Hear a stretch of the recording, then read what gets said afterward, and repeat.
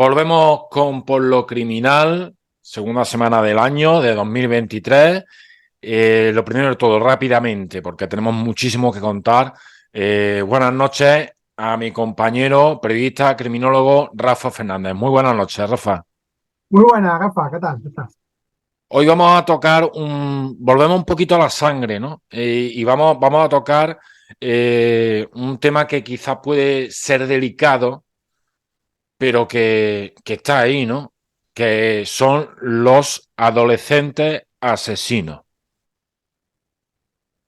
Sí, efectivamente, ¿no?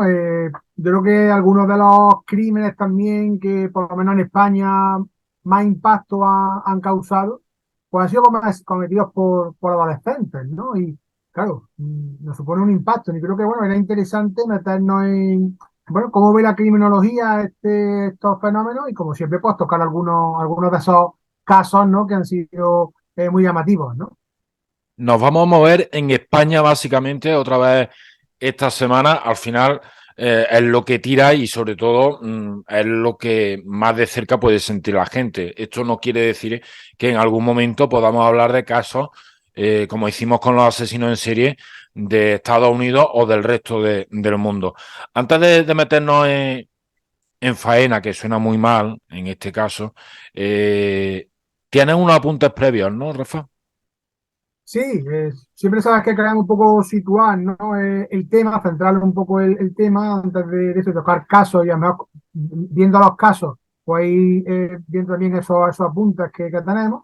Y bueno, estamos seguido esta vez un trabajo de dos doctoras en criminología, Alia Tobayas y Melissa McQuarrie, eh, para la revista electrónica de estudios penales y de seguridad, que se llama Menores asesinos, víctimas o verdugos, ¿no? Es un trabajo más amplio, pero bueno, creo que hemos extraído de ahí algunas situaciones importantes, ¿no? Empezando, pues bueno, ¿qué es la adolescencia? ¿No? La adolescencia, todo el mundo lo sabemos, pero bueno, digamos que legalmente o como tal, como se establece o ella establece, que según la Organización Mundial de la Salud, es la edad entre los 12 y los 18 años, ¿no? Según esa edición de 1986, una etapa que se considera de transición, ¿no? Entre la niñez dependiente y la edad adulta. Pero bueno, lo quería traer eso porque eso no es lo mismo que la responsabilidad penal, ¿no? Por ejemplo, en España tienes que tener 14 años o más para ser penalmente responsable y no puedes llegar a tener los 18 años. ¿Vale? Cuando ya tengas 18 años, te van a aplicar ya penas y castigos de adultos.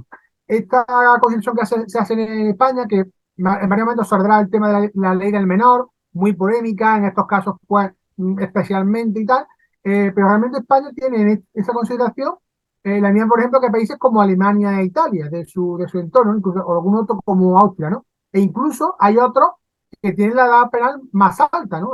Los países escandinavos, por ejemplo, son los 15 años, en Portugal y Rusia los 16, e incluso otros como Luxemburgo, Bélgica, llega a los 18, ¿no? Entonces, bueno, era un primer apunte que había que hacer para ver que realmente la adolescencia es de 12 a 18, pero penalmente pues se considera que hay que tener por lo menos 14, ¿no? Se ponen los 14 años porque quizás se considera que antes pues no hay una capacidad de discernimiento o de comprensión total de los hechos, ¿no? Es verdad que muchas veces dice, bueno, dependerá de cada caso, ¿no? Hay niños que ya con esos 13, 12 años pueden ser plenamente conscientes de lo que hacen y a lo mejor pues, otros con mayor, pues no, pero bueno, evidentemente hay que poner siempre unos límites, ¿no? Y bueno, un poco por situar también esa franja de la ley del menor, de bueno, ¿qué castigo hay, ¿no? para estos adolescentes que lleguen a cometer evidentemente otro tipo de delitos, ¿no? Pero bueno, aquí estamos tocando los delitos quizás que puedan ser los más graves, ¿no? Que quitar la vida de una persona, ¿no?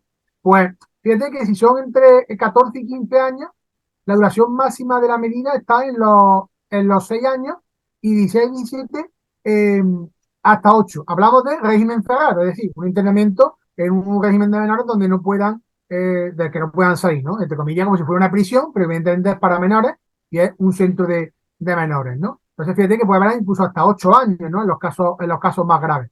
Y después hay un tema de lo que se llama la libertad vigilada, que tiene también una asistencia educativa, ya está quizá más enfocado a esa reinserción, que eso siempre hay que dejarlo claro, ¿no? Que la Constitución marca que la situación después penal tiene que ser hacia una reinserción, o sea, que el delincuente pueda después volver a la sociedad y vivir, entre comillas, una vida normal, ¿no? Porque quizás más en este caso a los adolescentes, que fíjate todo lo que tienen por delante, ¿no? En cuanto a ciclo vital, ¿no? Entonces, bueno, pues ahí hay una libertad vigilada que puede ser hasta un máximo de 5 años. Esto, evidentemente, pues se presta a muchos debates para las personas que sufren esto, que son víctimas, o incluso para todos los que tengan un mínimo de empatía, pues muchas veces esos castigos pues parecen muy leves, ¿no? Pero claro, también hay que pensar que la ley del menor abarca todo tipo de delitos y tienes que buscar un marco en el que también pues solucione o intente dar respuesta o la mejor respuesta posible. Muchas veces aquí no es una respuesta idílica, sino que hay que buscar un poco la mejor posible a estos casos de lo que son también pues, conductas desviadas, ¿no? Como hemos comentado otras veces, ¿no? Vamos a ver, por ejemplo, un caso en el que la reinserción es clarísima. Bueno, también se produce en otro caso, pero ese es un poco más polémico. Hay uno en el que la reinserción es clarísima, pero bueno, no voy a adelantar más. Rafa, nos trae también unos apuntes sobre los factores que pueden influir, que en este caso yo, o en este sentido, yo soy un poquito crítico eh, en cuanto a algunos factores, porque en determinados momentos, cuando se produce uno de estos crímenes, se tiende a generalizar. Y bueno, vamos con esos factores que pueden influir y luego ya sí eso vamos matizando, ¿no? Sí, en este estudio que un poco te digo, hemos utilizado como guía, evidentemente pues hay muchos más, pero bueno, yo me resultó interesante leerlo, y esto claro, no quiere decir que nosotros estemos quizás 100% de acuerdo, ¿no? Pero simplemente, bueno, es unos estudios, también tiene de bueno el estudio, que también se basa en otros, por ejemplo, el tema de los factores, pues muchos están recogidos y citados a los autores que hablan de esos factores, ¿no? Con lo cual se puede ampliar sobre cada uno de ellos, ¿no? Entonces, por eso me parece interesante siempre pues, aportando al telespectador que pueda ampliar después conocimiento, buscar por su cuenta, ¿no?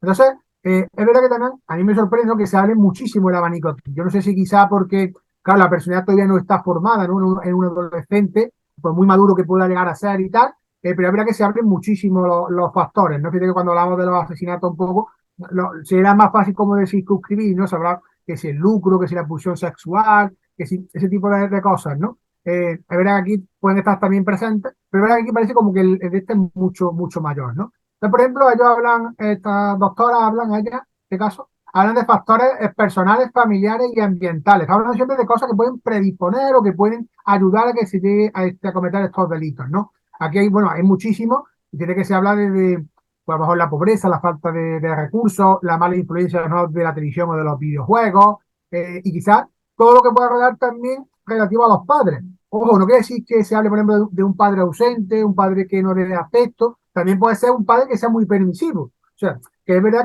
que puede haber digamos, un espectro bastante grande en cuanto a factores de O este un tipo que padre son muy estricto, o un padre muy estricto, es decir, claro, exactamente. Pues en los dos casos se puede dar, ¿no? Que a lo mejor sea de una rectitud, ya te digo, incluso se puede dar un maltrato, sea psicológico, sea incluso físico y tal, pero también puede ser que sea demasiado permisivo, ¿no?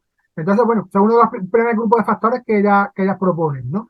Después hablan también de factores relacionados con los cambios físicos que vienen, son reales, que se producen, perdón, en la adolescencia, ¿no? Esos cambios físicos y orgánicos, eso que se habla, eso de está revolucionada, las hormonas revolucionadas, ¿no? Bueno, pues eso verá que puede tener una influencia quizá en el factor de un mal humor, de una irritabilidad, que pueda favorecer también este tipo de situaciones, ¿no?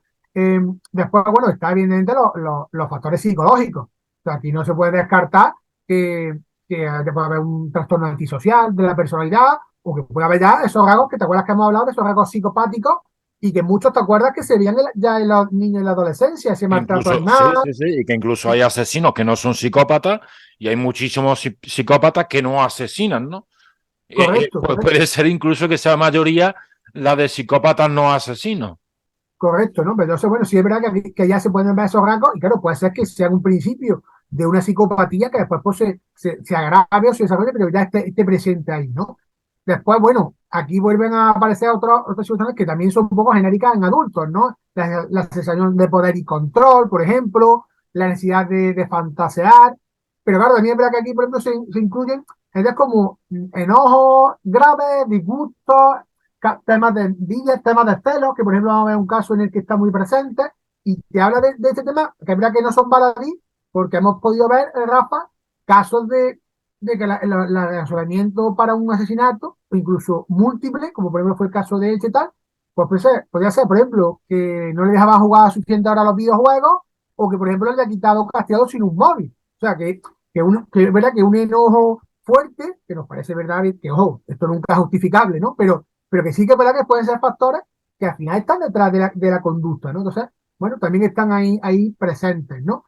Y después hay otros dos que sí son ya importantes. Uno es la necesidad de formar parte de un grupo, del querer encajar, que eso también lo vamos a ver presente en uno de los casos que tenemos, yo creo bastante claro que se puede ver ahí, ¿no?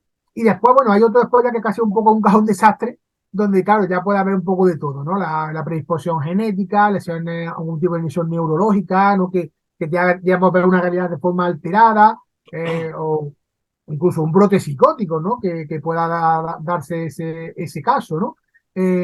O bueno, les digo, a lo mejor una percepción errónea de las relaciones con los demás, un egocentrismo, deseos de venganza por unas situaciones que a lo mejor, claro, vistas desde fuera nos pueden parecer peregrinas, ¿no? Pero que estén ahí, o bueno, de una desconexión con su entorno, o una ausencia de unos límites morales, de un desarrollo moral, ¿no? De saber qué es lo que está bien y qué es lo que está mal, ¿no? Que evidentemente ahí, pues, muchas veces, pues, esa influencia de los padres y de la educación de los padres, pues es un factor, ¿no? Ya digo, por sí mismo muchas veces no será un factor único, ¿no? Será a lo mejor una mezcla de varios, ¿no? Pero sí que es verdad que son factores que en toda la multitud de casos que se han visto, no, evidentemente no solo en España, ¿no? Sino, porque fíjate aquí lo que podemos encontrar en Estados Unidos o los casos de Inglaterra, ¿no? Que fueron algunos absolutamente, vamos, totalmente sangrientos, ¿no? Entonces, bueno, dentro de todo ese espectro, pues son factores en los que han aparecido que se pueden bueno, que pueden estar presentes, ¿no? Y favorecer esa conducta.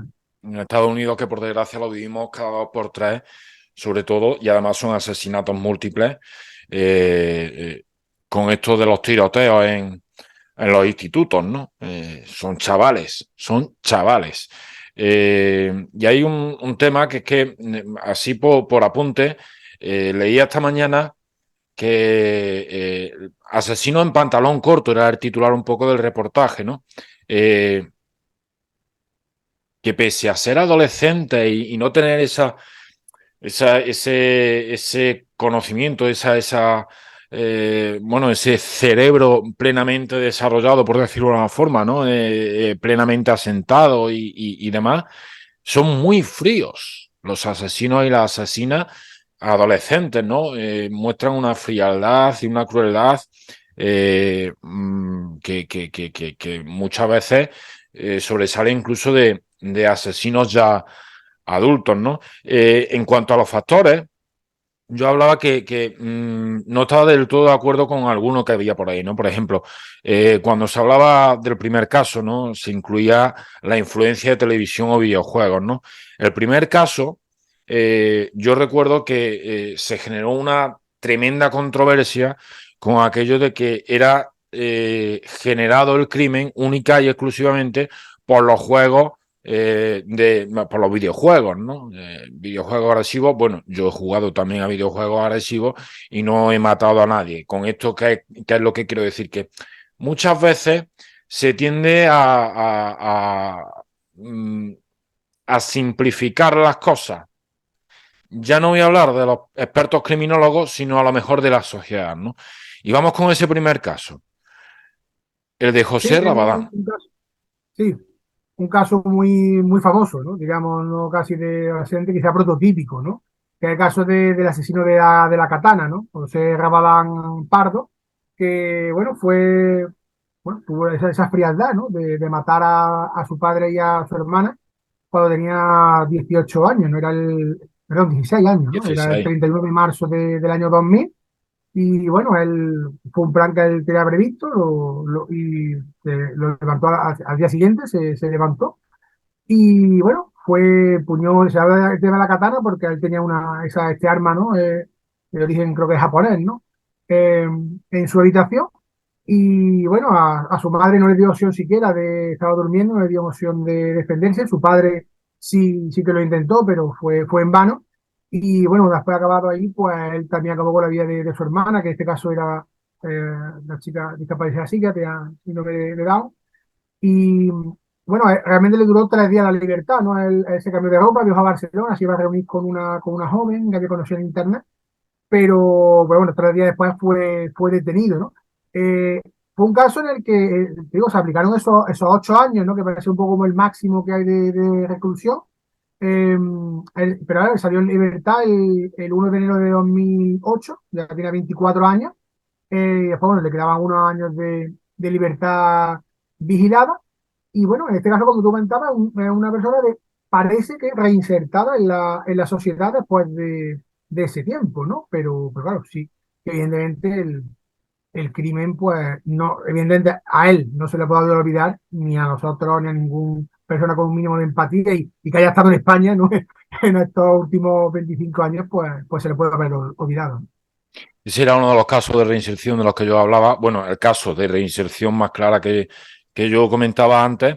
Se trasladó a Cantabria después de salir de su encierro, y la sede evangelista de la asociación Nueva Vida le aceptó en su casa, en su sede, para acogerle y terminar sus años de libertad vigilada.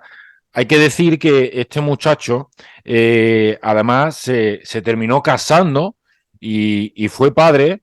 Y me vaya a perdonar que esté mirando continuamente al móvil, pero porque tengo que ir cambiando de pestaña, ¿no?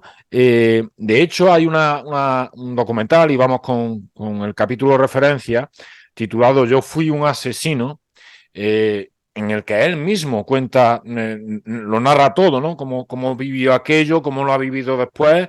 Eh, Está dividido en 2 capítulos, son 2 horas de documental de 2017. Y luego tenemos un episodio de un programa documental de televisión española titulado Víctima del Misterio, que se titula, valga la redundancia, Katana, ¿no? Este es de 2018. José Rabadán, que como decía, es un ejemplo de esa reinserción que muchas veces olvidamos, que la pena de prisión no es para castigar por castigar ni por venganza, ¿no? Sino que debe haber detrás esa consideración de la reinserción, ¿no? La finalidad es la reinserción social, aunque no salga de la cárcel, pero que sea una persona que pueda relacionarse con los demás, ¿no? Y algo de reinserción ha habido en el siguiente caso, aunque con mucha más polémica, que era lo que yo comentaba anteriormente. Nos vamos a la isla, a la tierra donde nació la Constitución de 1812, San Fernando, porque allí se cometió un crimen que este lo recuerdo yo también y fue tremendamente impactante.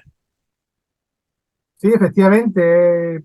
Solo unos meses después del caso del asesino de la Katana, y ahora veremos que también hay cierta relación entre los casos, ¿no? Era mayo de 2000 y las jóvenes Iria Suárez, que era un poco la cabecilla, y Raquel Carles, pues acabaron con la vida de su compañera Clara García, ¿no? En San Fernando, efectivamente, en la preciosa isla de León, en Cádiz. eh, un crimen totalmente premeditado, nada digamos, de improvisado ni mucho menos. Y sí es verdad que aquí, lo que tú hablas muchas veces de que se empieza a buscar teorías y tal, pues habló al principio de que si podría haber sido una recreación de un cuento satánico, porque es verdad que sobre todo una de ellas pues tenía esas aficiones esotéricas, el tema de, ¿sabes? ¿No? El tema de la Ouija, el tema de las cartas del tarot y tal, que evidentemente esa creencia de por sí tampoco influye en nada. Tú puedes, yo personalmente me gusta mucho el tema del misterio y no me ha afectado ni me ha cambiado en mi vida, ¿no? O sea que muchas veces está un poco demonizado, ¿no? Pero que no tiene tampoco nada que ver, ¿no? Pero en realidad después se comprobó que a mí lo que había era lo que comentamos también un poco antes, ¿no? Estaba un poco de celo de que Clara se había distanciado un poco de ella, había empezado a ver comportamientos que no le convencían, tenía que había empezado una relación con un muchacho y tal, y fíjate que esa frialdad, ¿no? De cometer ese crimen. Y claro, aquí trascendió que hubo cierta relación precisamente o intento de relación con José Rabadán, ¿no? Que tú también sabes que ha pasado muchas veces, ¿no? Ese tema de esos fans de los criminales. La admiración que hemos hablado muchas veces, nunca se debe sentir Exactamente. admiración por los asesinos. Correcto. Entonces, bueno, ella en una cárcel decía que, bueno, que se sentía, que se experimentaba al matar y tal, ¿no? Entonces, bueno, también existía un diario, ¿no? De una de las asesinas, bueno, que sí, dejaba entrever como esa sensación de ser famosa, esa sensación de, ya digo, de ser reconocida o recordada, claro, las personas que tenemos cierta catadura moral, pues claro, nos parece increíble, ¿no? Pero están ahí, son al final las argumentaciones que dan ellas mismas, ¿no? Y bueno, como quizás un caso también que es productivo lo que te he dicho, ¿no? Esas multimotivaciones, ¿no? Había un tema de celos, había un tema de esa quizá pues, ansia de dejar, de parecer o ser alguien, entre comillas, en la vida. Y bueno, pues no hay a lo mejor un solo factor. Aquí la aplicación de la ley del menor entró en un fortísimo debate. Quizás es cuando más debate mayúsculo ha habido. Si nos vamos al asunto del Cuco con Marta del Castillo, pues también hubo un debate fortísimo. El caso es que en 2019 la que fue cabecilla de este crimen, cabecilla que eran dos personas en realidad, pero bueno, fue la ideóloga, ¿no? por decirlo de otro modo, ¿no? Iria fue localizada en Oxford, donde ejercía como profesora de apoyo en un colegio, algo que ya adelantamos antes, generó una polémica grandísima, ¿no? Y aquí voy a hacer otra referencia. Tengo que seguir moviéndome aquí con el móvil. Ojalá tuviera 14 iPads como tienen en la televisión. El programa de Telecinco, Hechos Reales, eh, emitió uno de sus episodios dedicado al crimen de San Fernando, titulado Pequeñas Asesinas. Fue en 2018. Toda esta referencia que voy dejando, lo recuerdo, que no lo dijimos en el primer programa, quedarán registradas negro sobre blanco en mi página web el próximo lunes. Y nos vamos a otro crimen también especialmente doloroso por el trasfondo, ¿no? Por el trasfondo quiero decir de la víctima, ¿no? Era una víctima, entre comillas, especial, ¿no? Nos vamos al brutal asesinato de Sandra Palo. Efectivamente, Rafa, ¿no? Otro crimen, ¿no? Que conmocionó a toda España y que también el propio recuerdo, por ejemplo, preparando este programa de hoy, te hace, ¿no? Rememorar esos sentimientos, ¿no? Y no, esa absoluta brutalidad, ¿no? Que a veces, Sobre todo, perdona, pues, Rafa, a mí se me venía a la cabeza la madre de Sandra, que tantísimo luchó durante tanto tiempo porque la justicia fuera, valga la redundancia, justa. claro. Pero bueno, muchas veces en este caso los jueces pues aplican a lo mejor las leyes que tiene. Es verdad que se puede establecer un grado mayor, un grado ser un poco más, pero claro, tienes que moverte dentro del arco legislativo en lo que hay, ¿no? Pero el arco judicial dentro de lo que pueda. Y sí, el caso de, bueno, era Sandra Palo, una chica de 22 años, y ella tenía un leve grado de discapacidad psíquica por un accidente de coche que había sufrido cuando tenía que los 12 años, 10 años antes. Y bueno, ya el episodio desaparece, ¿no? El 17 de mayo de 2003. Sus padres creían que, bueno, que tenía que estar regresando, ¿no? De haber tomado algo con unos amigos, ¿no? En un taller ocupacional en el que ella participaba. Y la realidad era muy distinta, ¿no? Sandra había sido secuestrada, digamos, a punta de arma blanca, ¿no? Que por cuatro delincuentes habituales de su barrio, ¿no? El Malaguita, Ramoncín y el Rafita. El mayor, pues, ahí la influencia era un poco el tema bueno, de esa pulsión sexual, ¿no? Y él quería mantener relaciones sexuales con ella. Y claro, lo hizo pues de la manera salvaje, ¿no? Que es con una agresión sexual que encima fue múltiple, ¿no? Porque bueno, pues, a Sandra se la llevaron a un descampado y durante 45 minutos pues estuvieron sometiéndola a todo tipo de vejaciones. Pero claro, si eso ya es grave y gravísimo y nos parte el alma, lo que es terrible es la fórmula en la que después terminaron con su vida, ¿no? En la que la atropellaron varias veces con el coche y terminaron prendiéndole fuego, que parece que según la autopsia fue realmente lo que le causó la muerte definitivamente, ¿no? Las gravísimas quemaduras, ¿no? Entonces, bueno, la verdad que un caso absolutamente terrible. En este caso, podemos llamarlo mixto, porque había un mayor de edad, ¿no? Que era el Malaguita, pero también con la participación totalmente confirmada de los menores, ¿no? Que iban con él. El Malaguita, que fue quien terminó con su vida, que era el único mayor de edad, fue condenado a 64 años de prisión por secuestro, violación y asesinato. Los menores de edad, los otros tres muchachos, los otros tres delincuentes, fueron condenados a 8 años de internamiento y a otros 5 de libertad vigilada, que es lo que estábamos hablando antes, ¿no? Nos vamos al caso de mayor amplitud penal, ¿no?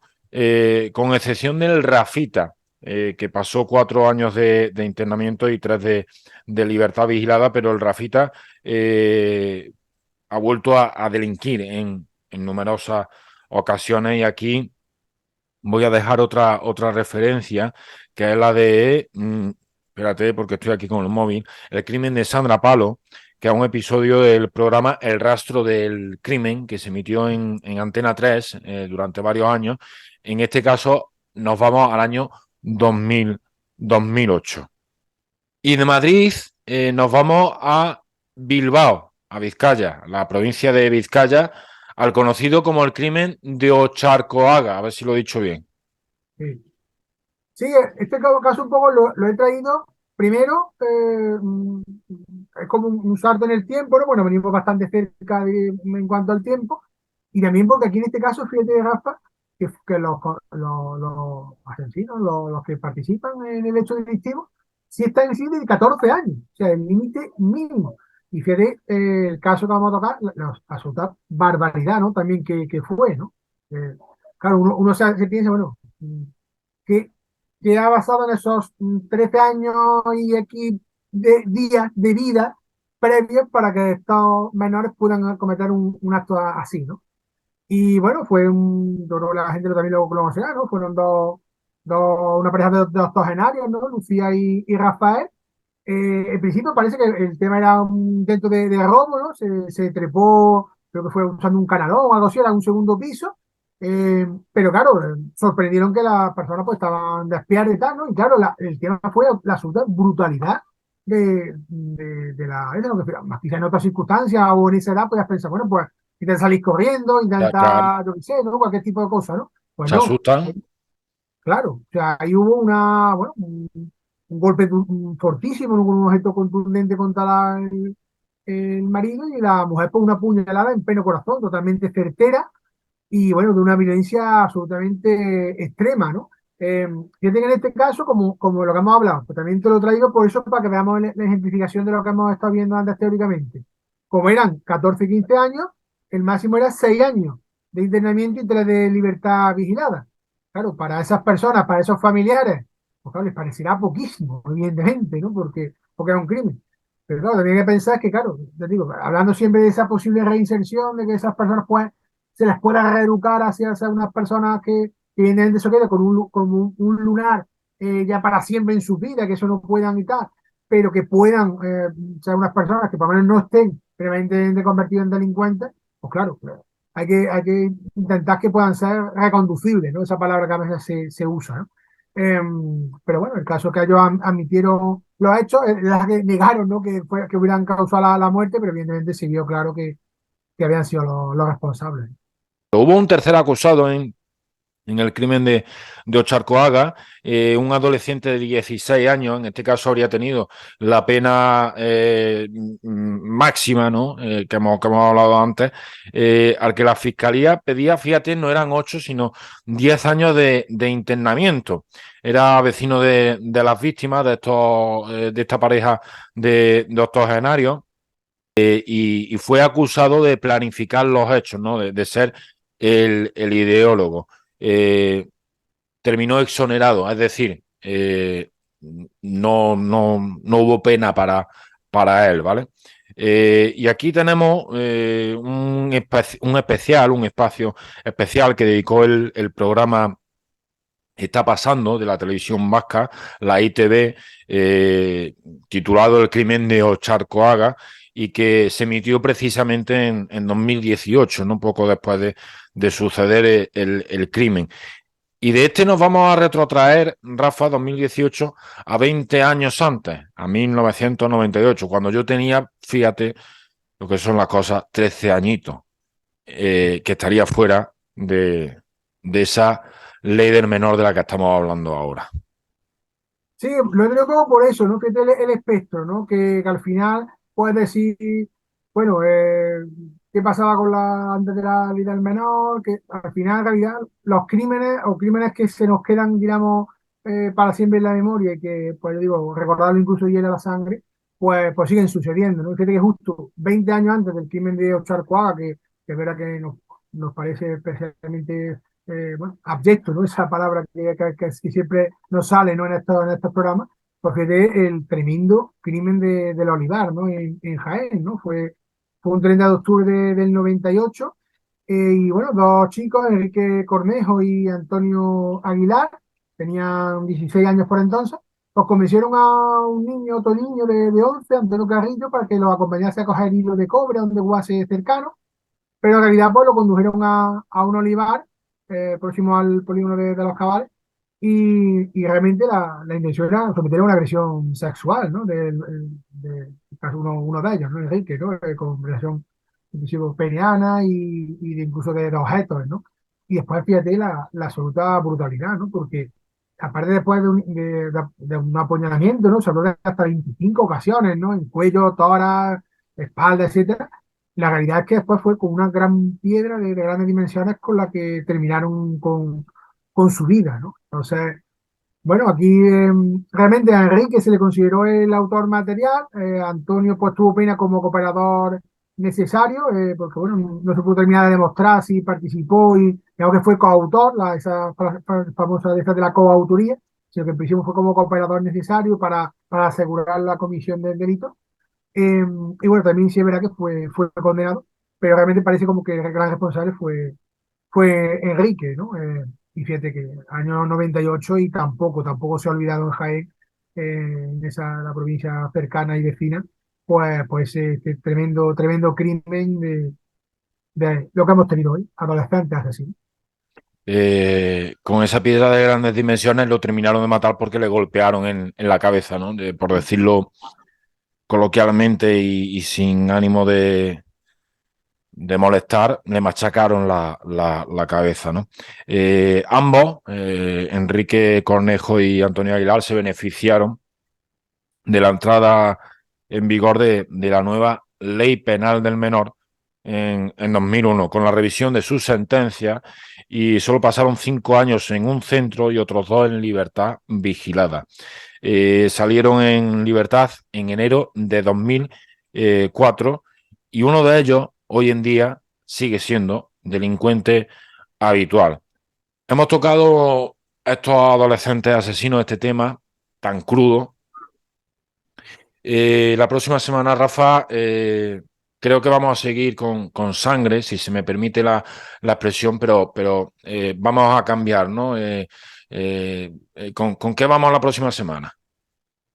Bueno, he pensado que podamos hacer, revisar, ¿no? Otro tipo de casos, yo quizá lo llamaría casos impactantes, ¿no? A lo mejor podemos circunscribirlo a Andalucía, ya lo hablamos, quizás puede ser un poco en Andalucía, que hemos tenido en sobrados casos que a lo mejor no hayamos todavía tocado o entrado en profundidad, que no hayan salido tangencialmente, pero bueno, que hayan sido también importantes dentro de la comunidad. Y después, por lo menos, podríamos hacer incluso uno a lo mejor a nivel nacional, ¿no? De casos que han sido impactantes, que quizás han sido un suceso, no estábamos obligados a los asesinos en serie, etcétera, sino que a lo mejor pues sean casos concretos, pero que sí que hayan causado un impacto importante en la sociedad, ¿no? Y ya quizás pues podamos dar un repaso primero por nuestra querida tierra andaluza, donde también por desgracia suceden ese tipo de situaciones, y después pues, bueno, quizás lo podamos también ampliar a España y tocar algún caso bueno, que como hemos comentado con algunos de los de hoy, ¿no? Que están en la mente de todos. Pues de ello hablaremos la próxima semana. Crímenes impactantes en Andalucía. Estuvimos en Córdoba capital, nuestra tierra, estuvimos en Córdoba provincia, nuestra tierra también, en más amplio sentido. Y ahora vamos a abrir ese espectro y nos vamos a Andalucía. Rafa, como siempre, muchísimas gracias. Y como decía la semana pasada, espero que la actualidad no nos regale, por decirlo de una forma, nuevos casos, ¿no? Aunque hay por ahí alguna cosita que a lo mejor ya comentamos en la siguiente semana cuando haya más datos sobre desapariciones inquietantes, por cierto. Un abrazo fuerte, Rafa. Un abrazo, Rafa, un placer estar contigo y hasta la próxima semana.